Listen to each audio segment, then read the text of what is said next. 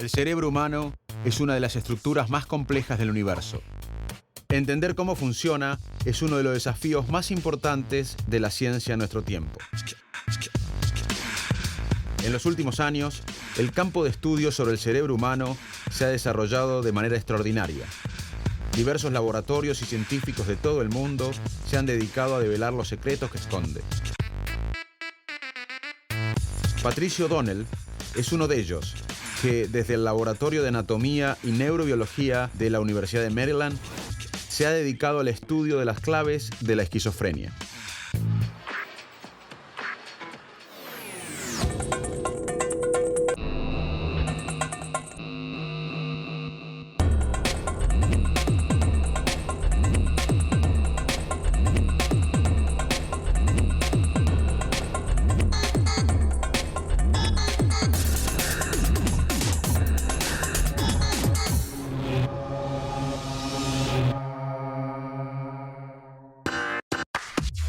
El cerebro humano es un complejo entramado de conexiones que se entrelazan y relacionan entre sí.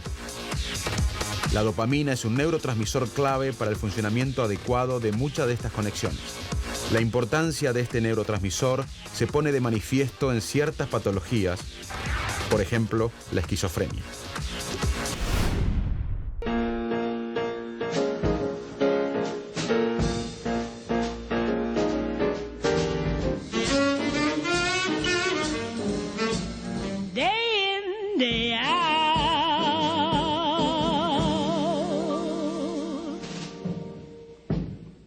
Patricio, ¿cuáles son tus líneas de investigación? Bueno, tengo varias. Una es tratar de estudiar qué es lo que se altera en el cerebro en la esquizofrenia usando modelos animales, y lo cual incluye tratar de entender qué es lo que hace la dopamina en el cerebro y cuáles son las conductas que dependen de la dopamina que se pueden afectar en estos animales que son relacionados a la esquizofrenia. Otra línea es tratar de, usando este tipo de modelos, tratar de explorar nuevos tratamientos, nuevas drogas. En el tema de la esquizofrenia hay muchas drogas que se usan en este momento que tienen una eficacia limitada. Patricio, ¿qué es la esquizofrenia? Bueno, la esquizofrenia es una enfermedad bastante compleja, pero muy común. El 1% de la población en cualquier cultura, en cualquier sociedad, suele tener en algún momento algo que se puede definir como esquizofrenia. La esquizofrenia incluye escuchar voces, lo que llamamos alucinaciones, delirio. Los pacientes suelen armarse una historia a partir de esas voces, piensan que el FBI los persigue, que la televisión les transmite pensamientos. También tiene un componente, lo que llamamos componente afectivo, son muy retraídos, la sociabilidad es difícil en ellos, y tiene una cosa muy importante que hoy en día no se puede tratar bien, que son los problemas cognitivos. Tienen problemas de memoria, capacidad de tomar decisiones está afectada, y ese es un aspecto de la enfermedad que no tenemos muy claro por qué. ¿Y está involucrada la dopamina en la esquizofrenia? La dopamina es uno de los aspectos fundamentales de la esquizofrenia. La dopamina es, para decirlo de una manera simple, es la molécula del placer. La dopamina está activada en el cerebro cada vez que hay algo que a uno les resulta importante, algo placentero, desde comida, sexo, chocolate, lo que quieras. En el caso de la esquizofrenia, la dopamina no se produce cuando se debería producir y a veces se produce en exceso. ¿Se sabe la causa de la esquizofrenia? No, ese es el problema. La dopamina está involucrada. De hecho, cuando tratamos pacientes de esquizofrenia, lo que les damos son drogas que bloquean la dopamina. O sea, la idea es que probablemente lo que estamos haciendo ahí es combatir el exceso de dopamina. Pero no sé si eso es la causa.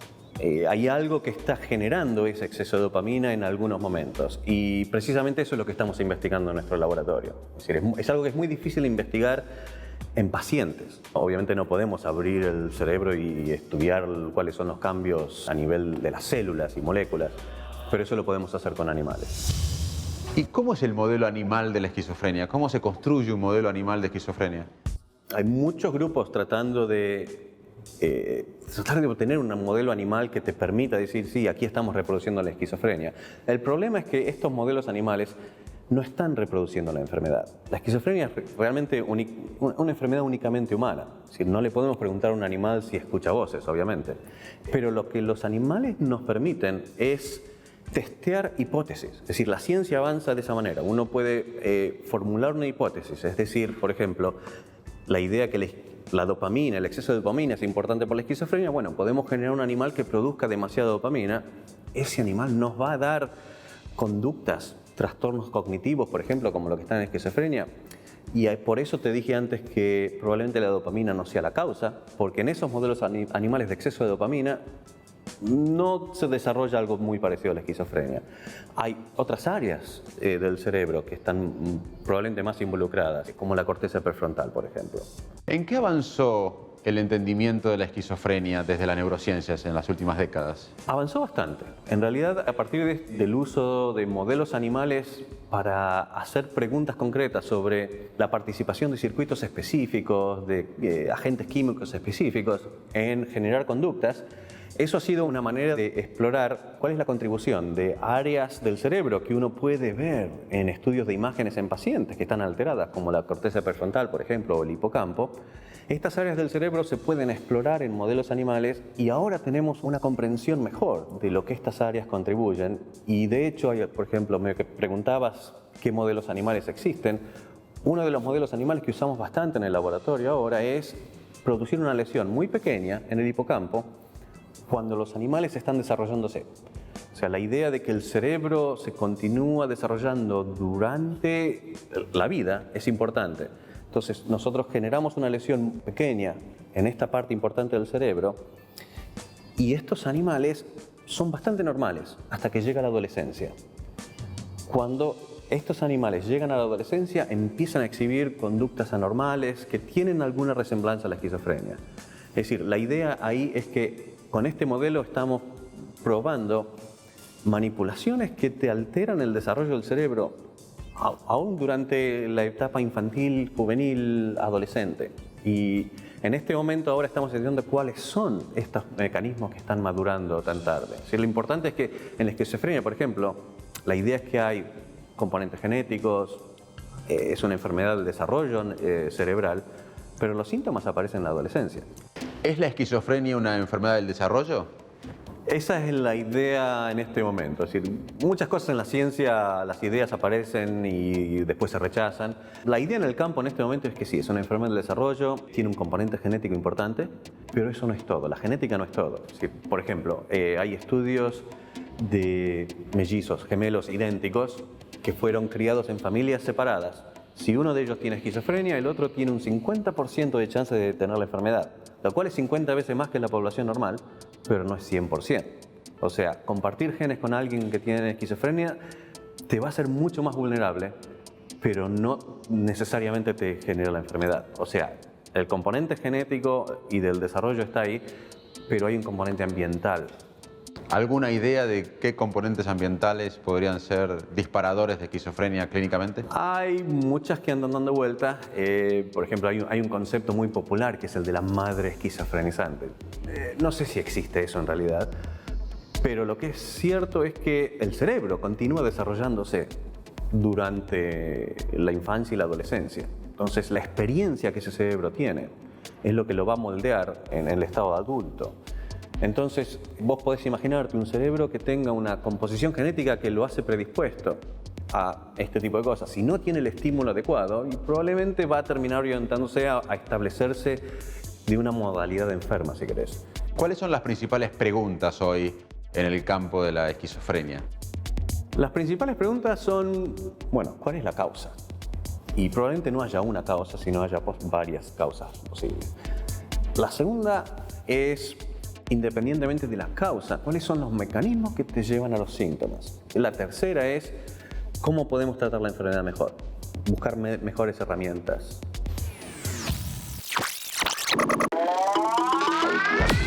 El 1% de la población mundial está determinada genéticamente a tener en algún momento de su vida algún rasgo típico de esquizofrenia.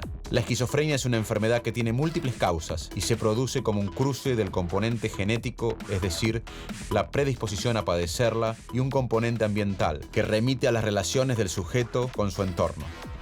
Los síntomas característicos de la esquizofrenia son, por ejemplo, las alucinaciones, establecer delirios, déficit en la sociabilidad y problemas cognitivos.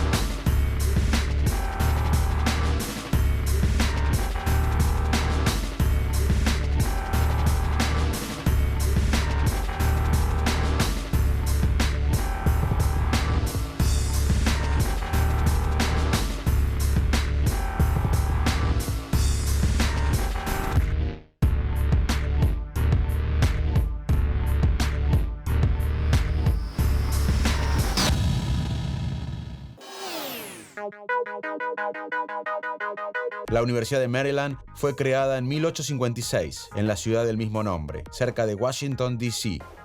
A partir de entonces, esta institución, una de las más destacadas de Estados Unidos, ha promovido innumerable cantidad de profesionales dedicados a investigar, curar y educar.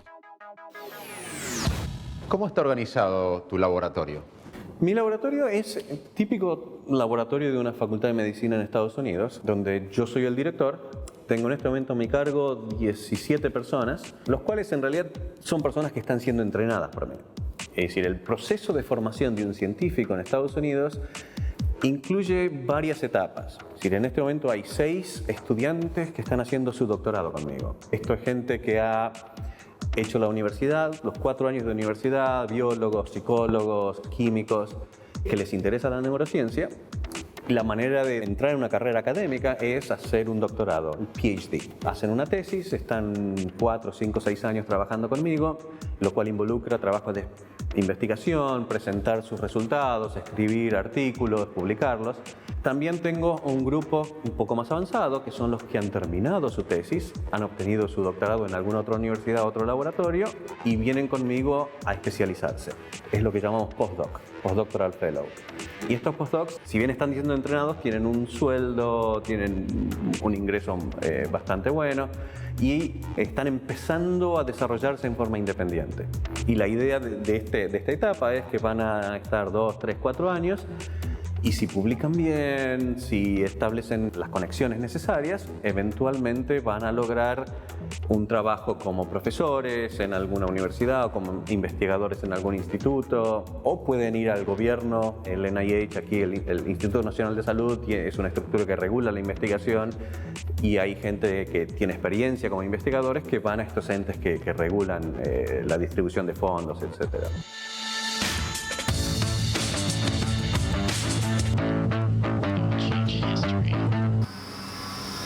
Patricio, ¿nos podías decir cuál es la tecnología que usan en tu laboratorio? Uso varias. La principal es lo que llamamos electrofisiología. Esto implica medir la actividad eléctrica de distintas partes del cerebro.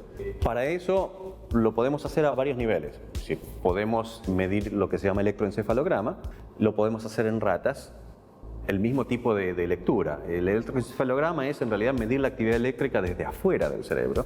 Es una medida muy cruda, muy vaga, pero que te permite ver ciertos procesos y estudiar cómo esos procesos son anormales en ciertos modelos. Para tener una noción un poquito más acabada de cuáles son los procesos en distintas partes del cerebro, hacemos experimentos a veces en animales anestesiados en los cuales le ponemos un electrodo adentro del cerebro y podemos medir la actividad eléctrica de distintas áreas, o sea, las áreas que producen dopamina, las áreas que reciben dopamina, y estudiar cuál es la dinámica de los efectos de la dopamina en un animal en un cerebro intacto. Esos experimentos en general se hacen con animales anestesiados.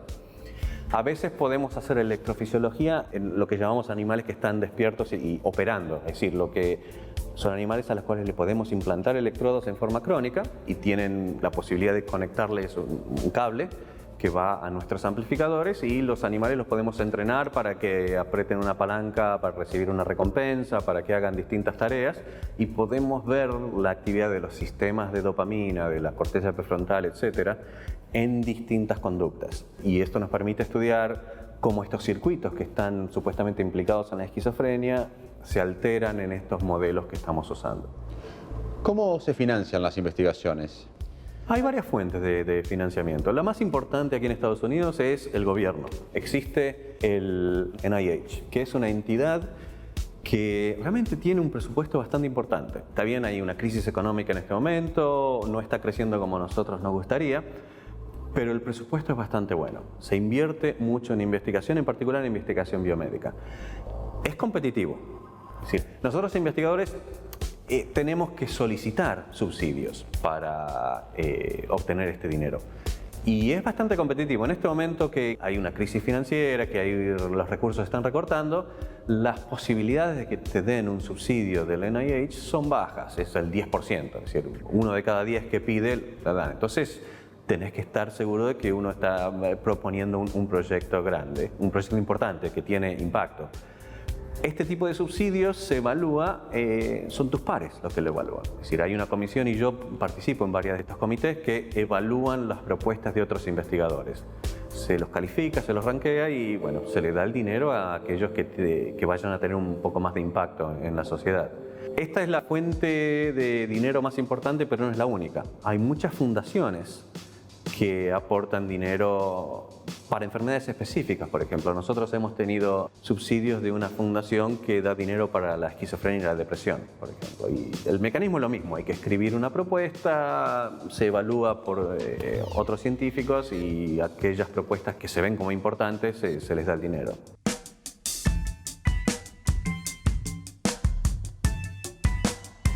¿Cómo fue la decisión de irte del país? Difícil.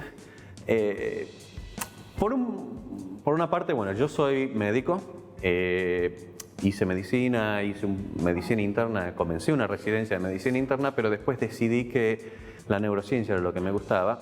Volví a la Facultad de Medicina en el departamento de Fisiología a trabajar en un laboratorio de neurociencia y trabajando en ese laboratorio obtuve mi doctorado. Sí, estuve 5 años trabajando como docente, pero al mismo tiempo haciendo investigación para obtener mi doctorado. Y en Argentina, para seguir una carrera académica, sí, mi objetivo era convertirme en profesor en la universidad, tener un laboratorio de investigación. Un poco el rito de pasaje es irse afuera. Es decir, aquellos que terminan su doctorado, se espera que vayan un par de años a algún sitio, Europa, o vengan a Estados Unidos. Bueno, yo me conseguí un postdoc para continuar mi entrenamiento en la ciudad de Pittsburgh, donde estuve 5 o 7 años. Pero a los 2 o 3 años de estar en Pittsburgh, mi plan era volverme a Argentina y no pude.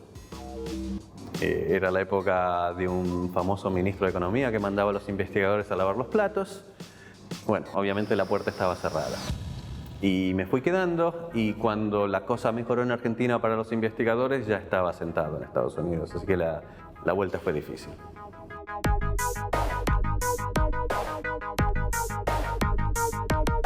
¿Qué relación tienes con Argentina viviendo en los Estados Unidos? ¿Cómo es tu relación con el país? Obviamente es mi país, es decir, si bien he adquirido la ciudadanía de Estados Unidos, pero Argentina es mi país. He mantenido colaboraciones con grupos en Argentina. Tengo colegas con los cuales hemos tenido subsidios juntos, he conseguido dinero sobre todo en la Facultad de Medicina, es donde mantengo mis contactos. Y voy a Buenos Aires 2 o 3 veces por año. Cada vez que voy me paso días enteros en el departamento de Fisiología en la Facultad de Medicina, interactuando con colegas. He recibido postdocs de Argentina que han venido desde Buenos Aires a hacer su entrenamiento en mi laboratorio. Algunos se han vuelto, otros se han quedado en Estados Unidos.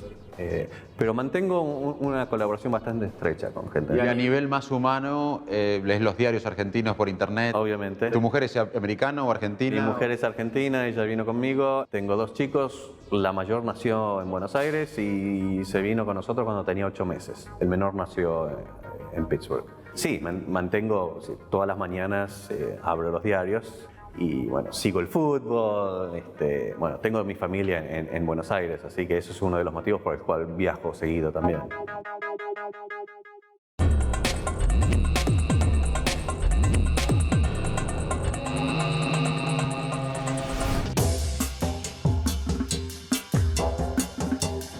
¿Ves algún cambio en la ciencia argentina en los últimos años? Sí, obviamente ha sido una etapa muy favorable los últimos 8 o 10 años. Vos lo podés ver en la cantidad de argentinos jóvenes que se han repatriado. Y para mí, al haber mantenido esta colaboración que tengo en la Facultad de Medicina con Gustavo Müller, es alguien a quien en este momento está dirigiendo un grupo muy grande con mucha gente joven que se ha formado en Estados Unidos y en Europa y han vuelto. Y es realmente muy confortante verlos como han formado un grupo que tiene empuje, que tiene peso, que publican bien. ¿Dónde publican los resultados científicos? Depende un poco de la calidad del producto. A veces nosotros tratamos siempre de hacer los proyectos lo mejor posible. Pero los datos siempre son los datos y hay resultados que son fantásticos y hay cosas que son menos importantes. Entonces depende de eso qué revista enviamos los artículos. En el último par de años hemos publicado en revistas de alto vuelo como Neuron, Nature Neuroscience, Journal of Neuroscience, PNAS, que son revistas muy competitivas para poder publicar en ellas, que tienen mucho impacto también. O sea, la idea de estas revistas más competitivas es que lo ven más gente. Y también hay artículos que son de menos peso, que tienen menos vuelo, que es simplemente un estudio que no dio tan bien y bueno, los publicamos en revistas de menos vuelo.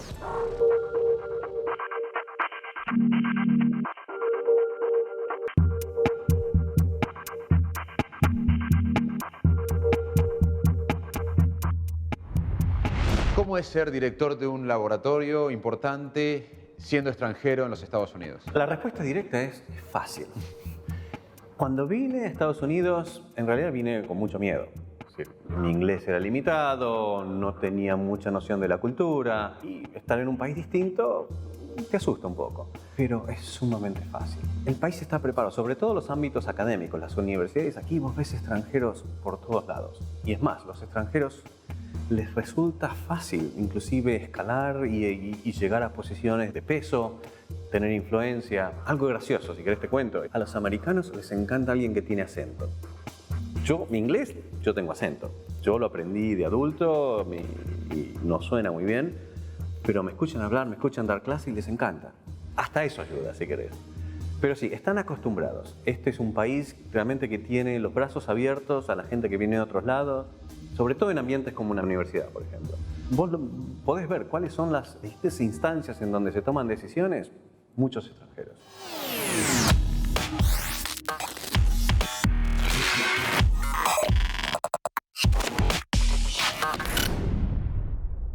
¿Qué significa ser un científico?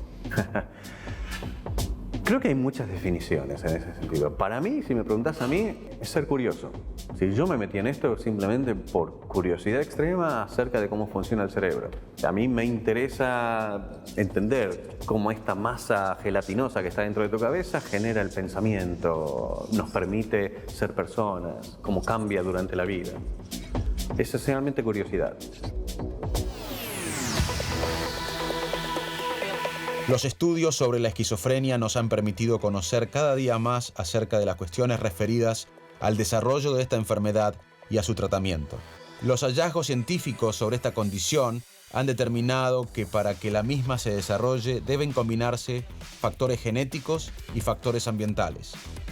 Patricio O'Donnell y todo su equipo del laboratorio del programa en neurociencias de la Escuela de Medicina de la Universidad de Maryland han brindado herramientas para comprender mejor esta enfermedad.